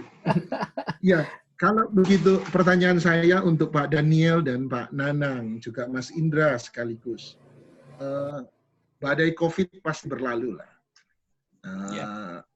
Kita akan kembali lagi ke gereja dengan ibadah, dan apa yang akan berubah? Kalau disebut ada pembelokan apa? Apa yang akan berubah ketika judul kita Pasca COVID-19? Setelah ini berlalu, tidak lagi ada pembatasan dalam ibadah dan sebagainya. Kita akan kembali lagi ke gereja. Apa yang akan berubah dari gereja Anda? Menurut Anda apa yang akan berubah dengan peristiwa hari ini? Mungkin dari Pak Daniel dulu mungkin. Pak Daniel, Pak Nanang, kemudian Mas Indra. Baik, seperti yang saya sampaikan tadi bahwa sangat jelas bahwa secara pribadi, baik saya sebagai pemimpin dan jemaat yang saya layani sudah saya sampaikan bahwa secara pribadi kita harus betul-betul kembali ke hatinya Tuhan. Belokkan hati kita kepada Tuhan. Ya, tidak tahu kondisi kita di hari-hari ini dan jemaat yang saya layani, saya betul-betul clear mendapatkan bahwa hati kita harus kembali ke Tuhan. Ya, tidak tahu sudah seberapa jauh kita dari Tuhan, seberapa mencong jalan kita, tapi hati kita harus dibelokkan kepada Tuhan kembali. Karena bagi saya, kita jauh lebih berharga daripada gedung yang kita punya di hadapan Tuhan. Diri kita itu jauh lebih berharga daripada setiap aktivitas rohani sekalipun di gereja yang kita punya. Jadi kalaupun mungkin kita sibuk di gereja tapi hati kita jauh daripada Tuhan, menurut saya hari-hari ini, ya saya, jemaat yang saya layani, clear sekali. Saya mau mengajak untuk pastikan setiap hati termasuk saya, untuk betul-betul kembali ke hatinya Tuhan, melekat kepada Tuhan. Itu secara pribadi. Yang kedua memang seperti tadi dia sampaikan bahwa kita percaya badai ini akan berlalu dan kita akan beraktivitas seperti semula, ibadah di gereja. Berbahayanya kalau nggak ada berubah dari gereja kita, dan kemudian Tuhan izinkan krisis berikutnya, mungkin akan jauh lebih parah keadaan kita. Bagi saya, sangat jelas bahwa kita di hari-hari ini di AFJF Kudus memang melakukan yang namanya discipleship journey. Bagaimana dengan niat dan sengaja mengajak jemaat untuk mengalami pertumbuhan rohani di dalam proses discipleship journey tadi. Karena menurut saya itu yang gereja bisa lakukan untuk mempersiapkan jemaat di waktu-waktu atau di hari-hari yang mungkin bisa lebih jahat di kemudian hari. Karena ketika gereja melakukan itu tidak fokus untuk membangun kemegahan panggung lagi, tapi fokus bagaimana membangun kehidupan rohani jemaat di dalam step-step pertumbuhan rohani yang saya bilang tadi, discipleship journey atau mungkin pemuritan di gereja yang lain. Maka menurut saya kita sedang menolong jemaat untuk mempersiapkan diri di hari-hari besoknya mungkin bisa lebih jahat daripada ini keadaannya. Itu yang kami akan lakukan teman-teman di AFJF Kudus. Sekali lagi bukan berarti memperbarui sound system, pasang lighting, memperbaiki interior itu salah ya, bukan ya, bukan itu maksudnya. Kalau Anda bisa melakukan dan relevan dengan daerah saudara masing-masing, nggak apa-apa, karena saya melakukannya. Tapi mungkin kita harus jauh lebih memperhatikan esensi tadi, yang seperti Pastor Indra tadi katakan, dan Mas Nanang tadi, dan semua teman-teman yang lain. Kita nggak boleh terfokus di situ. Kalau kita nggak bisa untuk melakukan yang gereja lain lakukan dalam konteks kemegahan panggung, nggak usah ikut-ikutan, nggak apa-apa, gitu kan. Jadi apa adanya, fokus kepada bagaimana membangun kehidupan jemaat untuk mempersiapkan gereja kita, jemaat yang kita layani, masuk kepada hari-hari ke depan yang mungkin jauh lebih jahat keadaannya dari hari-hari ini. Saya kira demikian. Pak Nanang? Ya, saya percaya bahwa badai pasti berlalu. Amin. Cuman kan ada dua hal menurut saya. Orang yang berdoa berharap badai berlalu karena mereka rindu untuk kumpul lagi seperti semula. Rame-rame lagi, yang besar lagi, yang tadi Pak Indra bilang, yang pada acara, penyelenggara acara lagi, karena memang rindu itu.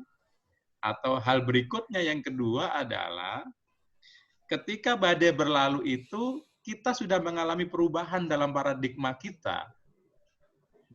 Di mana tadi saya senang dengan kata kita mesti kembali kepada Tuhan. Kita mesti melekat kepada Tuhan. Nah, saya berharap yang kedua, bahwa ketika badai itu berlalu, kita telah menangkap esensinya. Bahwa kita sudah menangkap isi hati Tuhan. Lalu kita mengerjakan kembali kehendak Tuhan, seperti memang tugas sebagai gereja di muka bumi ini, sebagai perwakilan kerajaan Allah di muka bumi ini. Saya berharap seperti itu. Bukan yang pertama, bahwa badai berlalu supaya kita bisa kumpul lagi, rame-rame lagi. Tapi kita telah menangkap esensinya, apa maksud Tuhan ketika saat ini kita dibelokkan dan mesti berdiam dalam rumah, supaya kita menangkap isi hati Tuhan. Saya rasa itu, Pak. Mungkin ke Pak Puji sebentar ya, Mas Indra. Pak Puji. Ya, boleh, siap. Ya, Pak Puji sudah ada tadi. Ya. Iya. Silakan Pak Puji. Iya Pak Puji, apa yang? Ya, bagi saya itu satu anugerah ya, satu anugerah kalau kita semua bisa lepas dari COVID-19 ini dan kita masih hidup, itu merupakan satu anugerah Tuhan yang luar biasa. Dan kita sedang memasuki satu masa yang sangat-sangat krusial sekali melewati COVID-19 ini. Kita harus melewati satu refleksi bahwa memang ada sesuatu yang Tuhan ingin lakukan dalam kehidupan kita. Kita harus mengajari jemaat sebagai hamba Tuhan, bagaimana menghargai waktu yang ada dan menggunakannya. Jadi harus kita kembali masuk setelah maka satu refleksi ya tentang misi kita dan nilai-nilai dalam kehidupan dan pelayanan, yaitu untuk menjangkau jiwa-jiwa dan memuridkan bangsa-bangsa. Itu sudah. Nilai-nilai apa, Pak, yang harus kita pegang, Pak, terutama hari-hari ini, Pak? Nilai-nilai, ya. Yang pertama kita harus kembali ya pada satu hubungan intimasi dengan Tuhan. Ya. Kenapa? Karena kadang-kadang gereja terlalu sibuk sehingga dia tidak bisa, gereja terlalu sibuk melayani sehingga dia kehilangan intimasi dengan Tuhan. Itu yang pertama ya. Jadi itu nilai yang harus ditekankan kembali. Pelayanan adalah servant leadership, yaitu dua, ada pemimpin yang mengabdi atau pemimpin yang melayani. Kalau kita ini hanya sebagai abdi atau sebagai pelayan, maka kita akan diatur orang lain. Kalau kita hanya sebagai pemimpin dan tidak melayani, maka itu sangat-sangat tidak efektif. Maka harus dua-duanya, yaitu pemimpin yang melayani. Nah, pelayanan harus keluar dari ketulusan hati, cinta kepada Tuhan, ketaatan, dan belas kasihan kepada jiwa-jiwa. Jadi sebelum itu dipulihkan kembali dalam kehidupan kita karena kesibukan kita, maka penting bagi kita untuk masuk kembali di dalam nilai itu, nilai-nilai tentang intimasi dengan Tuhan. Ya, itu yang salah satunya yang perlu dipulihkan dalam kehidupan kita.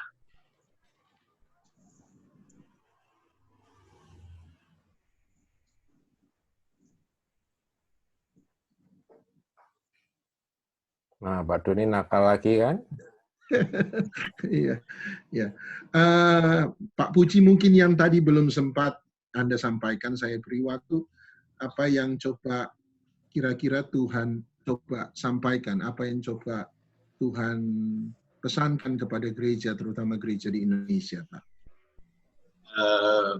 Iya, jadi gereja harus kembali kepada esensinya.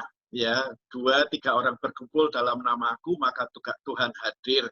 Apakah kita nantinya akan berkumpul sebagai gereja 2-3 orang atau berkumpul dalam satu selebrasi jemaat yang besar sekali, tidak masalah. Yang penting kita berbakti kepada Tuhan. Jadi itu salah satu esensinya, ya. Kedua, gereja sedang memasuki masa-masa pruning, masa-masa pemotongan, masa-masa pemangkasan, ya. Kalau kita ibarat, ya saya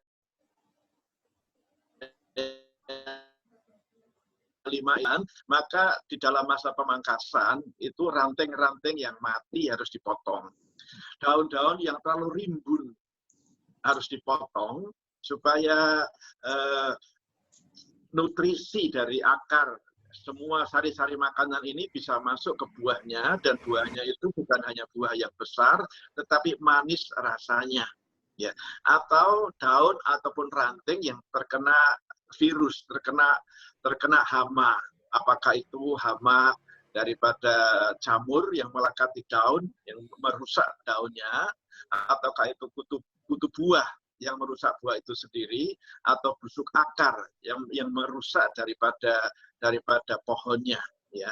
Kadang-kadang juga pohon-pohon yang sudah terlalu tua, sudah terlalu usang, sudah terlalu obsolete, kadang-kadang harus dicabut, ya, supaya sirkulasi udara itu bisa baik sekali, ya. Itu hal-hal, berarti ada hal-hal yang harus dipotong di dalam kehidupan kita supaya kita bisa berbuah.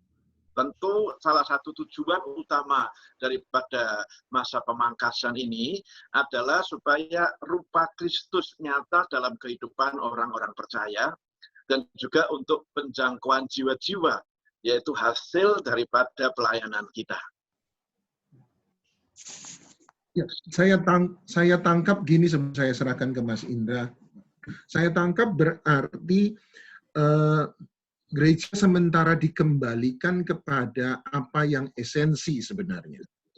mungkin bukan sama seperti Pak Daniel tadi katakan, bukan sesuatu yang salah sebenarnya.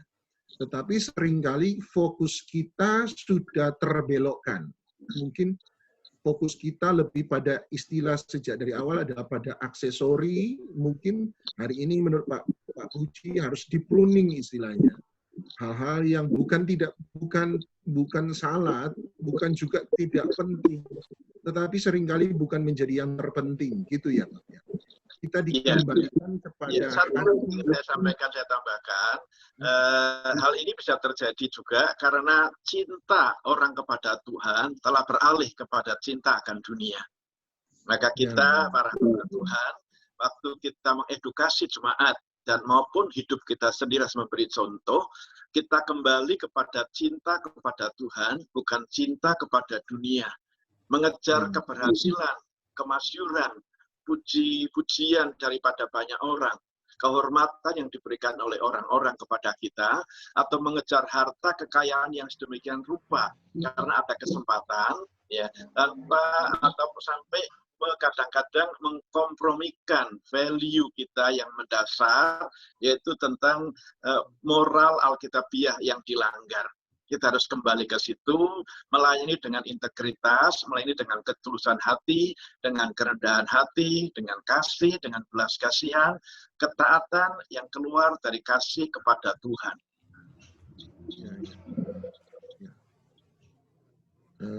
Mas Indra, bagaimana Mas tanggapannya? Oke.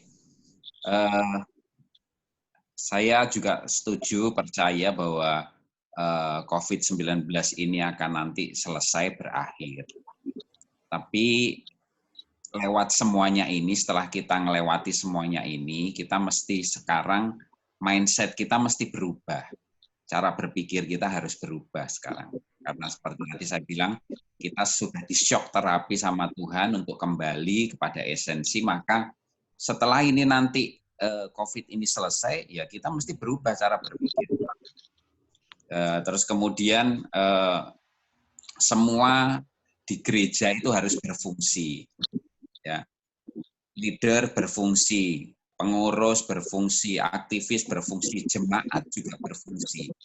Semuanya bertumbuh, ya, bertumbuh bersama-sama.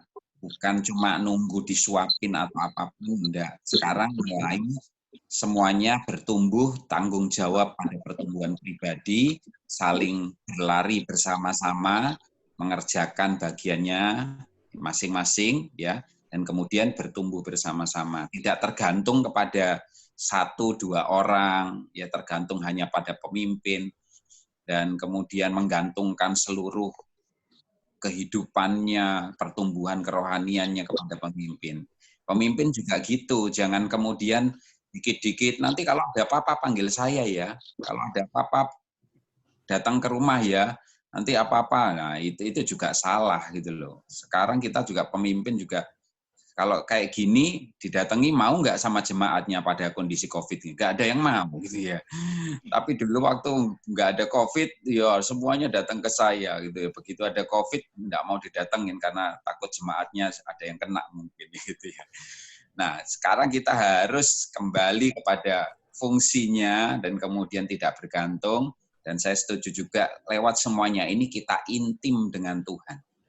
Kembali kepada keintiman dengan Tuhan. Dan keintiman dengan Tuhan itu saya percaya akan melahirkan perkara-perkara yang baik ke depannya nanti.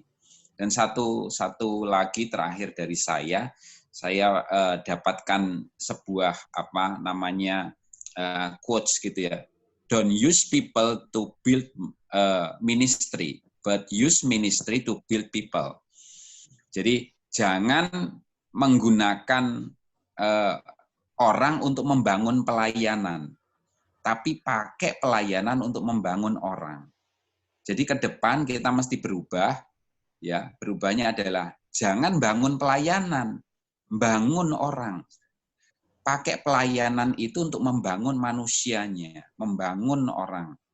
Ya, jangan orang digunakan untuk pelayanan. Kamu harus pelayanan ini disibukkan. Akhirnya sibuk dengan pelayanan, tapi keropos di dalamnya, hancur di dalamnya, ya.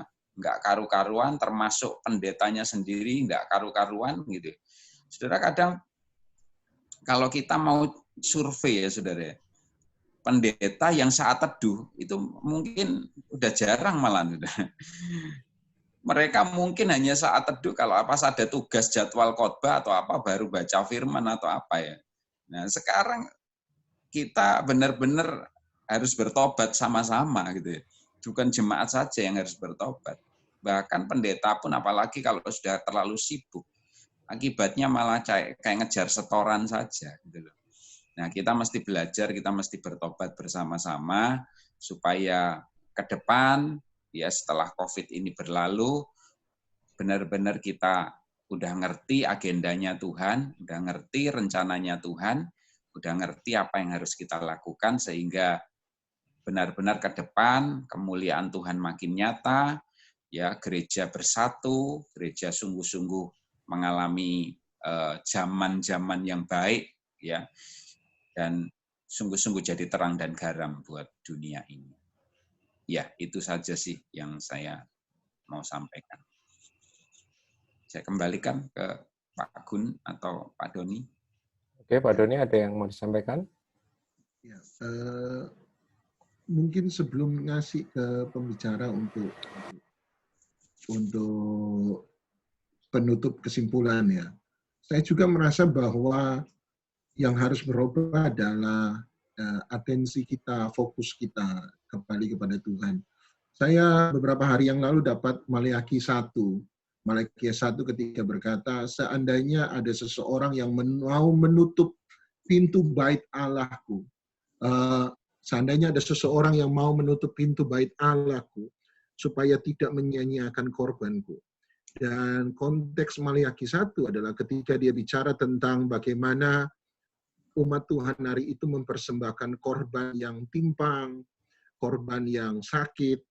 Dan saya pikir yang salah hari ini adalah cara kita mendekati Tuhan, cara kita berhubungan dengan Tuhan.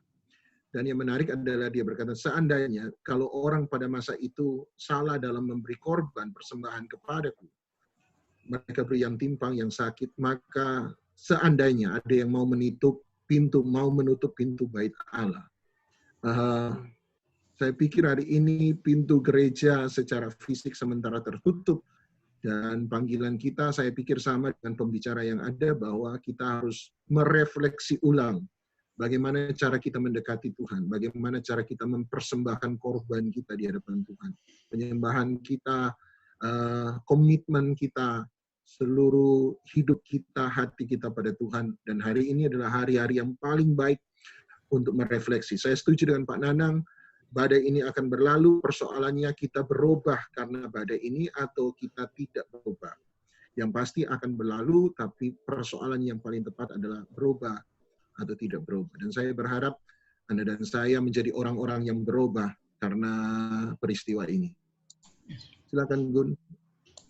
Ya, mungkin saya tidak tahu apakah Pak Puji masih bersama kita, tapi saya akan memberikan kesempatan buat narasumber, buat Pastor Daniel dan Pak Nanang untuk memberikan closing word, kata-kata penutup sedikit untuk kira-kira apa yang mau disimpulkan atau mau dikatakan atau apapun itu, whatever. Silakan, Pastor. Ya, sekali lagi terima kasih buat semuanya bahwa kita bisa kumpul, kita bisa saling memperlengkapi satu dengan yang lain. Terima kasih buat hamba-hamba Tuhan, Pak Daniel, Pak Indra, Pak Puji, dan yang lainnya yang hadir, yang datang, yang berkumpul bersama malam hari ini. Kalau bagi saya secara pribadi, saya ingin menyampaikan begini. Mari kita kembali ke agendanya Tuhan, bukan agendanya kita. Dengan cara kita masing-masing melekat pada hati Tuhan, sebab hanya orang-orang yang melekat pada hati Tuhan, mereka tahu agenda Tuhan, apa yang harus kita kerjakan sebagai gerejanya. Tuhan Yesus memberkati. Sir Daniel? Ya, dalam konteks gereja, apa gunanya kemegang panggung tanpa mesbah-mesbah yang menyala di rumah-rumah jemaat. Jadi, pastikan bahwa kita semua memastikan di rumah-rumah jemaat terbangun mesbah demi mesbah, termasuk di rumah pendetanya. Saya setuju tadi, Pastor Indra bilang, mungkin kita para pendeta nggak punya jam-jam doa sekarang. Kalau saya boleh jujur ya, di hari-hari COVID-19 ini, banyak para pendeta bertobat, kalaupun dia mau bertobatnya. Tapi saya bertobat. Yang kedua, bahwa belum tentu di rumah-rumah pendeta ada misbah doa tiap hari, belum tentu. Tapi saya bertobat, saya belajar bahwa misbah doa di rumah-rumah para pendeta itu penting. Karena bagaimana kita mengajarkan jemaat bangun misbah doa, sementara di rumah pendetanya nggak pernah ada. Jadi saya belajar dengan itu. Jadi dalam konteks gereja, jangan fokus ke kemegahan panggung sekali lagi.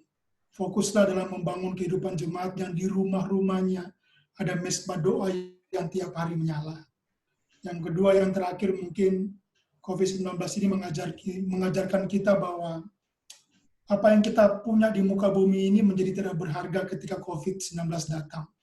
Tapi kalau kita punya Tuhan, itu cukup. Apapun yang terjadi, Tuhan itu cukup bagi kita. Belokkan hati kita yang jauh dan melekatlah kepada Tuhan. Thank you. Ya, thank you, Pastor. Nah, saya akan menutup dengan ini. Tadi saya dapat satu chat dari teman, dari Pastor Hani dari Solo. Menurut saya bagus sekali, ada 7 pesan. Di sini ada 7 time. Hari-hari ini menurut saya dalam masa-masa pembelokan ini kita harus melakukan 7 time. Yang pertama, ini ada time to reset. Inilah waktu untuk mengatur ulang segala sesuatu. Yang kedua, it's time to repent. Inilah waktu untuk bertobat. Yang ketiga, it's time to listen. Inilah waktu untuk mendengarkan Tuhan. Apa yang dikatakan tadi, apa agenda Tuhan, apa hati Tuhan. Keempat, it's the time to align. Waktu untuk menyelaraskan. Ya. Yang kelima, it's time to release. Ini waktu untuk melepaskan. Yang keenam, that's the time to worship. Ini waktu untuk menyembah. Dan yang ketujuh, ini the time to war. Ini waktu untuk berperang. Menurut saya ini sangat bagus sekali. Dan saya akan menutup The Gathering kita malam hari ini dengan itu. Jadi sudah banyak sekali yang disampaikan. Dan saya mengucapkan terima kasih untuk setiap rekan-rekan hamba Tuhan, gembala yang sudah hadir, Pastor Daniel, Pak Nanang, Pendeta Nanang, Pak Indra, Pendeta Indra, terus Pak Puji yang mungkin hilang lagi. Terima kasih untuk kesediaannya bersama-sama dengan kita.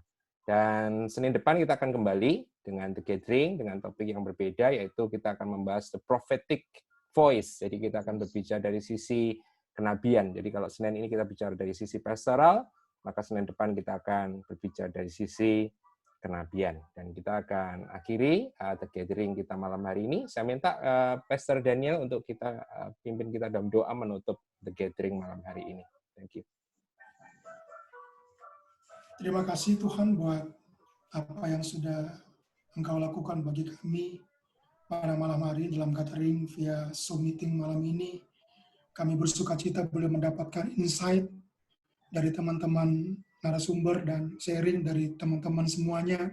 Dan kami percaya itu menguatkan kami, meneguhkan kami, mendorong kami untuk terus melakukan perubahan demi perubahan. Dan malam hari ini Tuhan kami percaya bahwa Engkau sedang membelokkan hati kami untuk seturut dengan kehendak-Mu. Engkau sedang membelokkan gereja demi gereja yang mungkin kehilangan fokus di hari-hari ini kepada kehendak-Mu yang sebenarnya. Dan hamba berdoa pada malam hari ini, Engkau berkati rekan-rekan yang tergabung dalam gathering malam ini. Tuhan kuatkan, Tuhan mampukan, Tuhan limpahkan damai dan sukacita di tengah-tengah kami semua sedang menghadapi COVID-19. Dan bagi kami para hamba-hamba Tuhan, berikan kekuatan, beri hikmat untuk bagaimana kami dapat terus mendampingi setiap jemaat yang Tuhan percayakan kepada kami, untuk membawa mereka kepada pertumbuhan rohani, kuat, dan justru mengalami perubahan-perubahan signifikan dalam menghadapi COVID-19 ini. Terima kasih Tuhan Yesus, kami mengucap syukur, dan sampai kami berjumpa dalam gathering berikutnya, pertolongan Tuhan sempurna bagi kami semua, perlindungan Tuhan sempurna bagi kami semuanya, dan damai sejahtera Tuhan yang dikerjakan Roh Kudus akan tinggal di hati dan hidup kami. Dalam nama Yesus kami mengucap syukur. Haleluya. Amin. Amin. Oke, selamat malam. Sampai berjumpa kembali Thank you Senin depan. semuanya. Thank you all. Terima kasih Tuhan berkati. Terima kasih.